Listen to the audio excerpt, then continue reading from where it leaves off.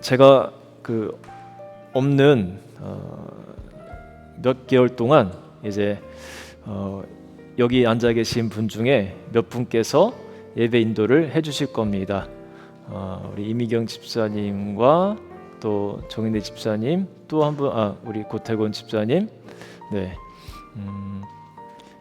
7년 전에 제가 안식년을 갔을 때도 그때도 또 여러분들께서 그렇게 예배 인도를 해주시고 간증 설교도 해주시면서 제가 그 피드백을 받았는데 아주 은혜롭고 좋았다는 그런 이야기를 들었습니다. 우리는 목사님이 필요 없을 것 같다. 제가 이번에 갔을 때도 그러한 이야기들이 들려오면 좋겠습니다. 돌아오지 않으셔도 좋습니다. 서로에게 은혜가 되는 그런 이야기들이 오면 참 오갔으면 좋겠고요. 지난 우리 시간에 말씀을 나눈 내용이 뭐였는지 기억나세요? 무슨 기적을 우리가 들었죠? 좀 똑똑하시네요 이제. 오병이어의 기적 이야기를 우리가 함께 나눴습니다. 그분이 메시아 되심을 우리가 알게 되는 그런 표적이라고 했잖아요. 하나님이 기적을 보여주시는데 그냥 나 이런 사람이야 하면서 하는 것이 아니라 그분이 결국은 메시아구나라는 것을 알려주기 위한 이런 기적을 보여주시는 겁니다. 오병이어의 기적이 일어났던 곳이 혹시 어딘지 잘 모르시죠? 벳세다라는 곳인데 그곳이 갈릴리 지역입니다. 제가 사진을 좀 이렇게 보여드리겠습니다. 자, 여기가 무슨 호수인지 아세요? 또는 갈릴리. 이 바다라고도 하는데 갈릴리입니다. 갈릴리 호수라고도 하고 바다라고도 하고 갈릴리가 이스라엘의 어느 쪽인지 혹시 북쪽일까요? 남쪽일까요? 자, 북쪽. 남쪽이 수도 유다, 사마리아, 갈릴리. 북쪽에 갈릴리 호수인데 또 다음 사진도 있습니다. 자, 굉장히 큽니다.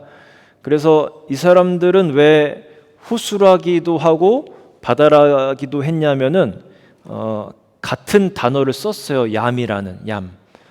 그리고 넓은 호수는 그냥 바다라고 그냥 그렇게 부르기도 했습니다.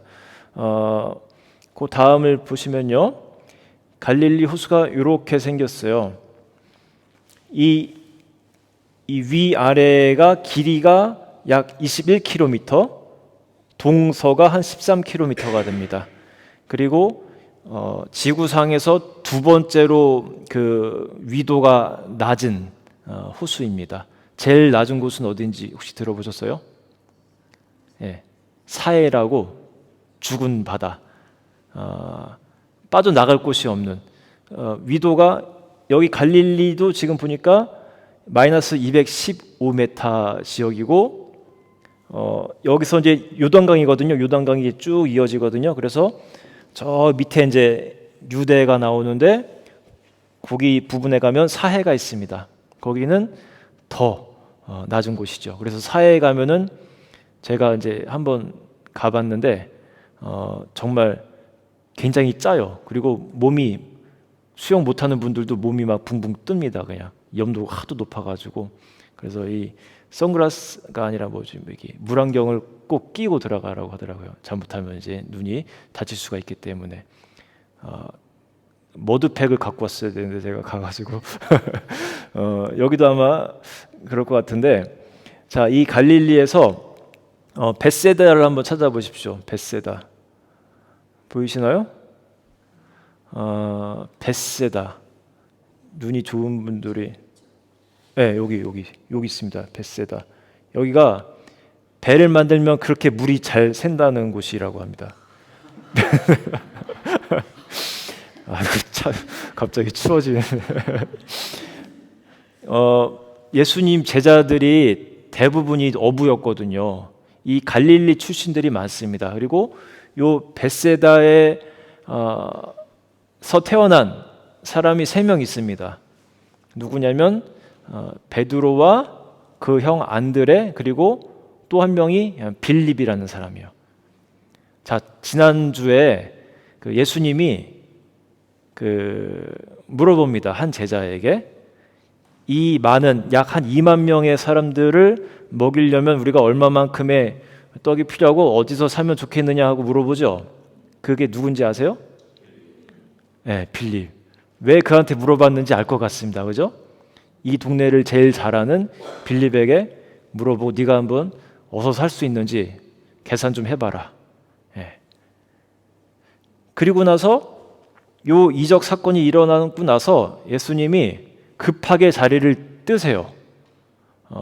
제자들과 함께 도망치듯이 갑니다. 왜 그러냐면은 저 같으면 그 이적을 일으킨 곳에서 좀 더 있으면서 사람들에게 막 이렇게 좀 칭찬도 받고 그러고 싶을 텐데 예수님이 불이 나게 도망갑니다.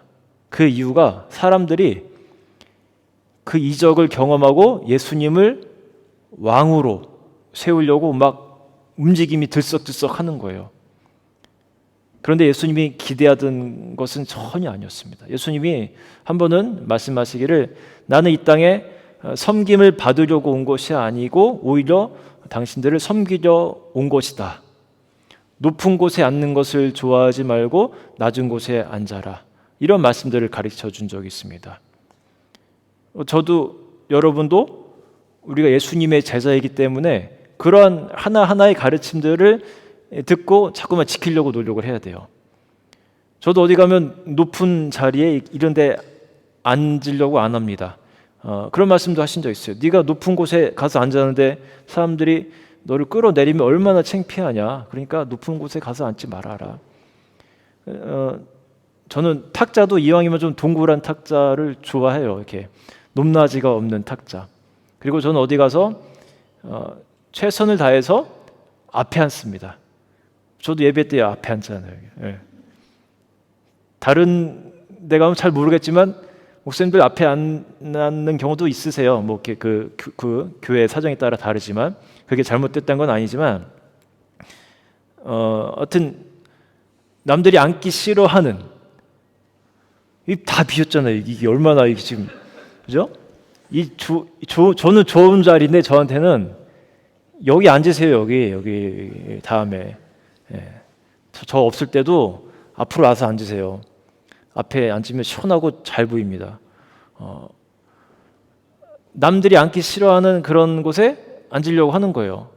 그러니까 주님을 우리가 따라가야 돼요. 그래서 예수님이 자기는 이제 산으로 가서 이제 그 한적한 곳으로 가서 기도하러 가시고요. 제자들에게 너희는 먼저 여기 가버나움으로 가라고 하면서 배를 태워서 보냅니다. 사실 거리가 그렇게 긴 거리는 아니에요. 한 4km, 5km 정도밖에 안 됩니다. 그래서 뭐 걸어서 갈 수도 있지만 뭐 이제 어부들이니까 배가 있으니까 편하게 배 타고 가라고 이렇게 합니다. 그리고 본인은 요 베스다의 어딘가에서 이제 기도를 하고 나중에 이제 합류하겠다라는 거예요.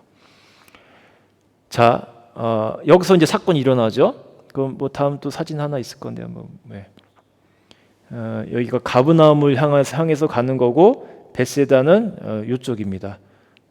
이제 요 바다를 제자들이 타고 가는 도중에 어두워지고요. 새벽녘이고요. 그리고 바람이 막 불면서 조금 무서워지는 때가 됩니다.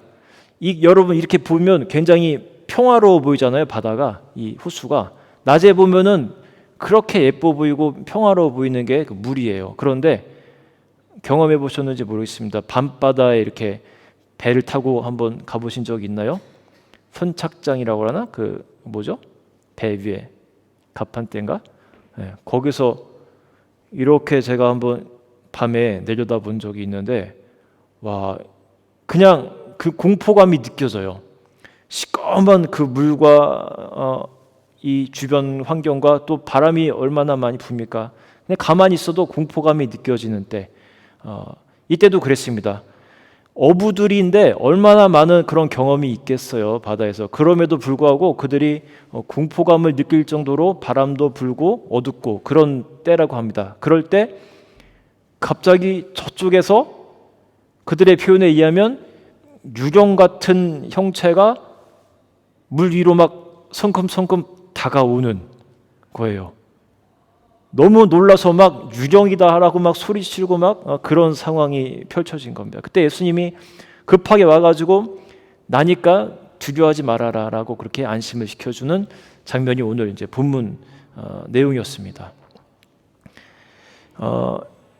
여러분 어릴 때 혹시 그런 이야기 들어보셨어요?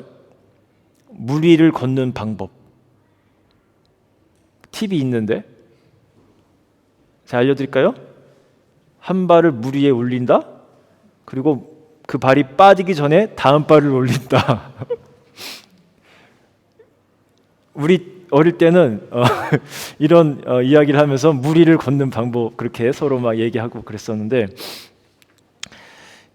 예수님이 이 시대에 만약에 오셨더라면은 야 이거 완전히 그 유튜브로 찍어서 올릴 만한 커다란 그런 각이죠. 요즘에 막 그 초전도체 그 춤도 막 유행했잖아요. 그 우리나라 그 고등학생인가 중학생인가 막 슬릭백인가 그죠? 그러면서 막 전 세계에 막 붐이 됐었는데 거의 원조급이세요. 이 예수님이. 예, 슬릭백. 제가 한번 해봤어요.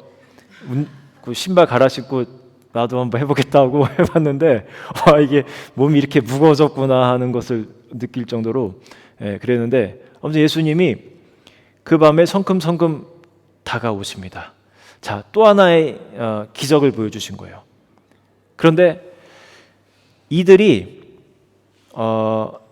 이 바다를 무서워한 이유가 좀 더 있어요. 우리는 잘 모르는 그 세계 또 그 민족에게 있었던 이유가 하나 있습니다. 그게 뭐냐면은 과거 유대인들 사이에서는 괴담이 있었습니다. 물속에 그 물속 괴물이 산다라는 그런 괴담이 있었어요. 티아맛이라는 커다란 사람을 잡아먹는.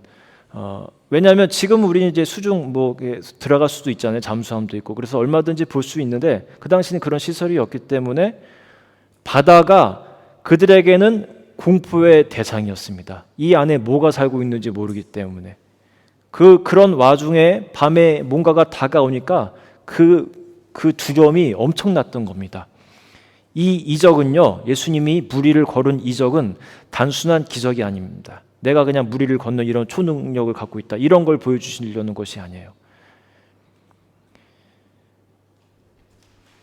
하나님의 아들 예수 그리스도가 또 한 번 메시아임을 가르쳐 주기 위한 기적이에요.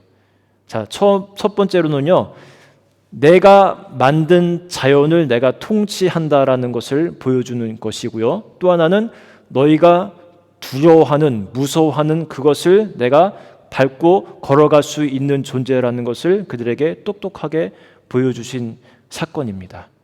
자, 성경을 우리들에게 기록으로 남겨주신 이유는 우리들도 제자들 못지않게 우리들도 이 스토리를 통해서 예수님이 메시아임을 알게 하려는 그런 목적이 있는 겁니다. 너의 인생에 바다와 같은 그런 겁이 나는 장면들을 맞이할지라도 무서운 삶을 맞이할지라도 걱정하지 말아라. 내가 너와 함께 있고 내가 모든 통제 가운데 너를 보호하고 있다라는 것을 하나님이 알려주시기 위해서 이러한 스토리들을 우리들에게 전해주시는 겁니다. 그들에게 했던 것처럼 마찬가지로. 여러분, 바다에 바람이 부는 것은 자연적인 건가요? 아니면 이상한 건가요? 자연적인 거죠. 여기 엑시터가 바다에서 가깝잖아요. 30분이면은 뭐 웬만한 바다 다 갈 수 있습니다. 그러다 보니까 엑시터에도 바람이 많이 불어요. 제가 저 위에 버밍엄에 살 때랑 이렇게 견주어 보니까 확실히 바람이 더 셉니다. 뭐 시드머스니 뭐 저희 플리머스니 아마 더 강할 거라고 생각이 됩니다. 바람이 부는 것은 당연한 거고요. 심지어 잘 보시면요, 예수님이 함께 계실 때도 바람은 붑니다. 또 이 스토리 말고 언젠가 한 번은 예수님이 그 배에 타고 제자들과 함께 가는 그런 장면이 있는데 예수님이 이제 밑에서 주무십니다. 그때 또 광풍이 불면서 제자들이 엄청나게 두려워하는 그런 장면이 있어요.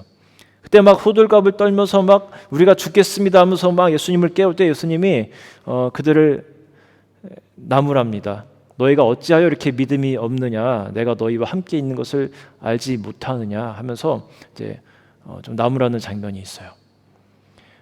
우리 인생에도요, 우리가 예수님과 함께 그렇게 살아가고 있다 할지라도 우리가 이렇게 느낄 수 있는 건 뭐냐면 우리 인생에도 바람이 불 수 있다라는 겁니다. 오죽하면 바람 잘 날 없는 그런 인생이라는 그런 말도 하잖아요. 예수님을 믿고 살아가는 우리들에게도 이렇게 바람 부는 삶이 있을 수 있다라는 거예요. 저도 제가 이렇게 머나먼 영국 땅까지 와가지고 애 셋을 낳고 와이프를 만나고 이렇게 살아가면서 이렇게 살게 될 줄 전혀 짐작하지 못했습니다. 일반적이지 않은 삶을 살아갑니다. 또 여러분도 마찬가지겠죠. 이렇게 어떻게 이렇게 살게 됐는지. 또 결혼하신 분 중에는 나의 이상형은 이러이러한 사람이었는데 어떻게 이런 사람과 만나서 이렇게 바람 잘 날 없는 그런 삶을 살아가고 있나, 여러 가지 생각들을 할 수 있을 겁니다.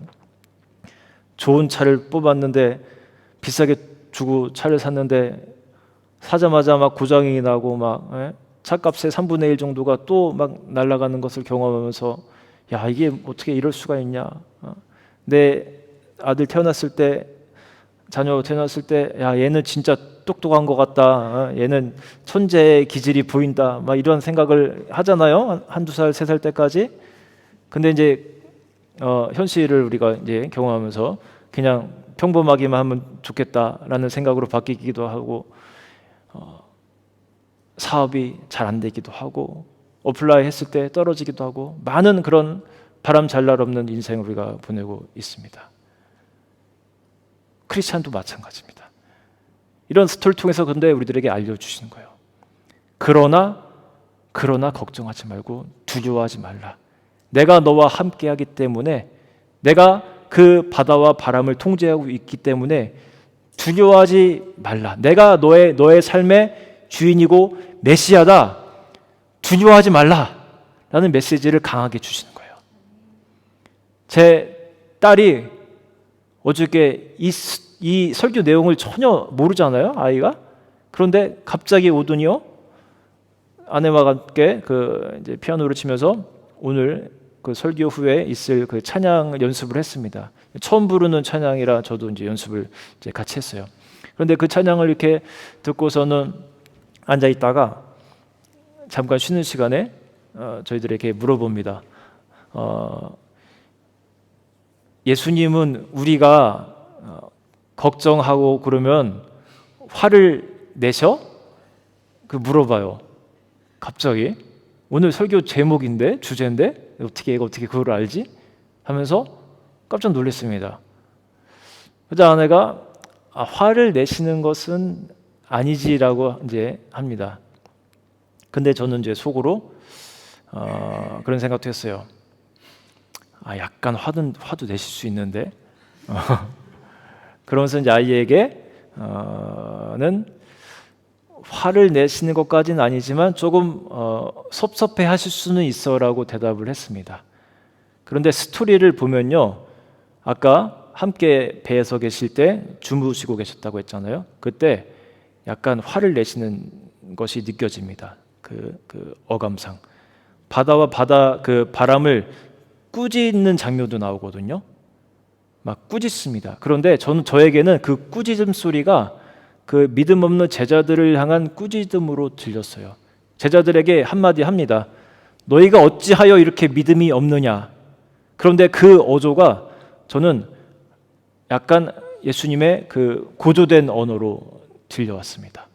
그리고 어저께 그 딸을 통해서 들려주는 그 목소리가 어쩌면 예수님이 이 딸을 통해서 나에게 한 번 더 말씀해 주시는 것이 아닌가라는 생각을 하게 되었습니다. 두려워하지 말라는 겁니다. 내가 너의 삶의 메시아, 내가 만든 자연을 내가 통제하는 나 메시아가 너와 함께 한다.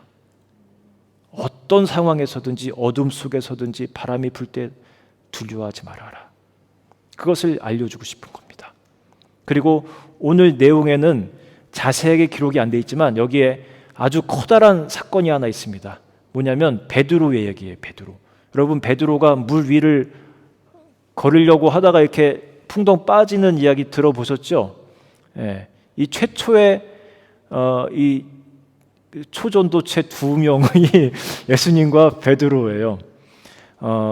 사진은 아니죠. 이제 그림을 한번 보여주실까요? 그 유명한 화가들이 베드로의 이런 장면들을 그렸습니다. 베드로가 예수님께 요청을 하죠. 만일 예수님이시거든 저를 명하여서 물을 걷게 하십시오. 예수님이 오냐 그래라 했더니 내려갑니다. 그리고 예수님께로 가고 제자들이 신기하게 쳐다보는 장면을 화가의 눈으로 상상으로 그렇게 그림을 그렸습니다. 자, 또 다른 그림이 있는데 이때 베드로가 물에 빠지는 장면이 나옵니다. 베드로가 이 한 성격 하는 스타일이잖아요. 자, 오늘 이 베드로가 나온 본문이 마태복음에 기록돼요. 요한복음에는 왜 기록이 안 됐냐면은 이거는 제 상상인데 요한이 베드로 얘기를 놓고 싶지 않았던 것 같아요. 예, 약간 경쟁자거든요. 약간. 예. 내가 제일 사랑받는 제자, 저기는 수제자라고 그렇게 표현되는 사람. 그래서 베드로 얘기는 넣고 싶지 않는 요한의 그런 게 좀 느껴졌는데 마태는 기록을 합니다. 마태. 자, 마태가 기록한 장면을 한번 볼게요. 자, 우리 건우 형제가 한번 읽어줄까요? 이 이야기에서요, 우리가 아주 중요한 것들을 몇 가지 발견할 수 있습니다. 베드로가 내려갑니다. 물 밑으로 내려갑니다. 그리고 처음에는 걸을 수 있었어요. 그런데 빠진 이유를 여러분 한번 이 본문 속에서 찾아보십시오. 베드로가 왜 빠졌나?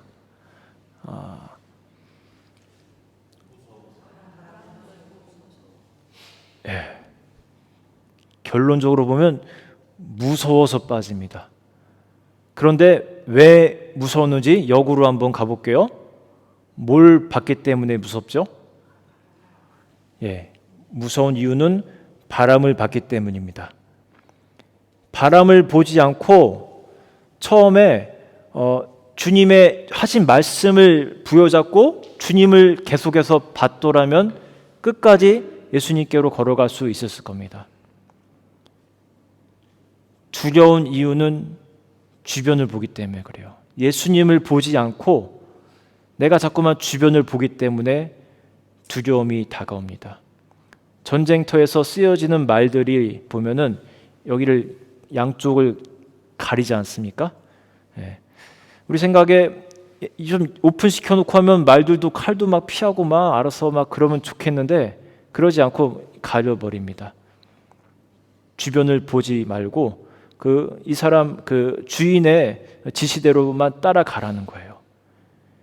베드로가 바람을 보지 않았더라면, 저 껌껌한 어둠 가득한 그 물을 바라보지 않았더라면, 주님만 바라보았더라면 그는 예수님의 그 은혜대로 부르심대로 자기의 길을 갈 수가 있었을 겁니다.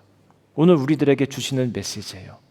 여러분, 우리가 두려워하는 이유가 뭐예요? 종종 두려워하는 이유가 가만히 보면 주님을 바라보지 못하고 내가 자꾸만 다른 것들을 바라볼 때 거기서 두려움이 와요. 한번 말씀드린 적이 있을 겁니다. 제가 군 시절에 저는 우리 표씨셨는데 표장수였나? 하여튼 우리 그 근무지에 이제 대장 저기가 계셨습니다. 근데 사람들이 너무 무서워했어요, 그분을. 저도 처음에 갔을 때 너무 무서웠습니다. 대하기가 얼굴도 쳐다보지 못하겠어요. 그냥 인사만 하고 그 다음부터는 이제 하루 종일 안 봅니다, 얼굴을. 그분이 나타나면 사람들이 다 갑자기 막 다 어쩔 줄 몰라고 막 막 일하는 척하고 막 이제 막 그런 이제 분이셨어요. 그런데 제 안에 예수님과의 첫사랑이 막 일어나기 시작하는 때가 왔습니다. 이제 22살 무렵인데, 그러면서 제 삶이 주님만 바라보기 시작하는 거예요. 그때부터 계속 그냥 시간만 나면은, 일할 때도 순간순간 시간만 나면 자꾸만 주님을 생각하는 겁니다. 뭐가 안 될 때도 주님을 생각하면서 주님 저 좀 도와주십시오 그렇게 기도하고, 그러면 막 잘 안 끼워지는 것도 막 끼워지고, 막 비행기 막 올려 보내야 되는데 급한데 이거 못 올려 보내면 정비사로서 이거는 커다란 일이거든요. 그때 막 플러그 막 안 끼워지는 거 막 이렇게 굉장히 막 손이 힘이 안 들어갑니다. 이 자세가 안 좋으면. 그때 기도하는 거예요. 막 밖에서는 막 난리가 났고, 제가 그거 못 꼽으면 이제 다 캔슬되거든요. 그러면 순간적으로 기도하면서 하나님 저에게 힘을 주십시오. 그럴 때 하나님이 도와주시고, 이런 하나님과의 첫사랑을 경험하면서 내 주님을 바라보기 시작할 때 어떤 일이 일어나냐면은, 제가 경험한 바대로 하면요, 아침에 일단 눈 뜨는 게 재밌습니다. 피곤하지가 않습니다. 주님과의 풍성한 교제 가운데 있으면요. 그리고 사람들이 사랑스러워집니다. 그리고 또 하나의 변화는 두려움이 사라지기 시작합니다. 사람에 대한 두려움, 환경에 대한 두려움이 사라지기 시작합니다. 그러면서 군대에서 나를 힘들게 했던 그런 좀 두려움의 대상자들이 더 이상 두려움의 대상이 아니라 사랑스럽고 내가 가서 말 걸고 싶은 그런 사람들로 변하기 시작합니다. 내가 마음을 열고 다가가니까 그분도 달라져요. 저렇게 무서운 사람이었는데 다시 이렇게 경험해 보니까 그렇지 않구나, 좋은 사람이고 따뜻한 사람이구나라는 것을 경험하게 됩니다. 하나님이 하시는 일이에요. 나는 주님만을 바라보고 집중할 뿐인데 주님이 이러한 역사들을 다 일으켜 주시는 겁니다. 두려움이 사라져가고 사랑으로, 행복으로 충만해지는 삶이 펼쳐지는 거예요.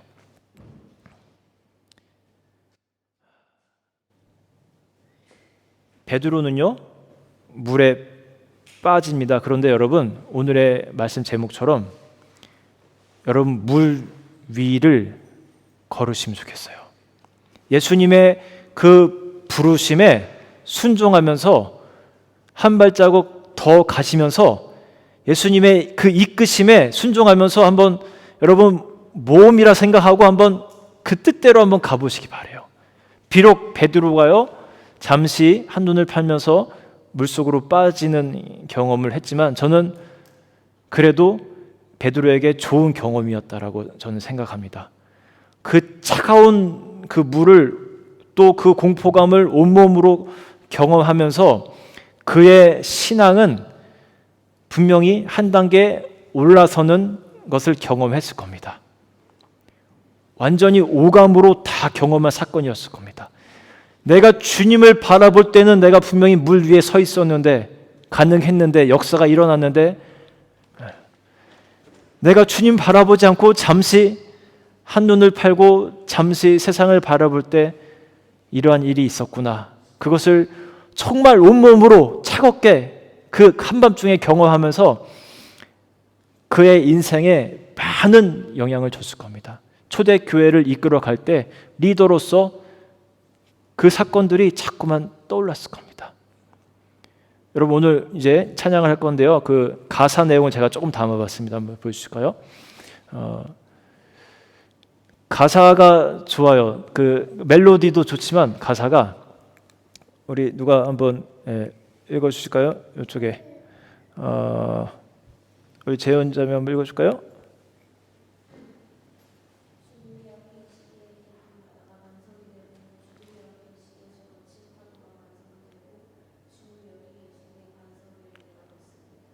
네, 주님이 여기 계시기 때문에 이 바다가 반석이 된다는 겁니다. 반석 위에 너희 집을 세우라라고 하지 않습니까? 반석 위에. 상상하지도 못할 일이 벌어진다는 겁니다. 여러분이 두려워하는 그러한 환경이 반대로 내가 설 수 있는 곳이 된다는 겁니다.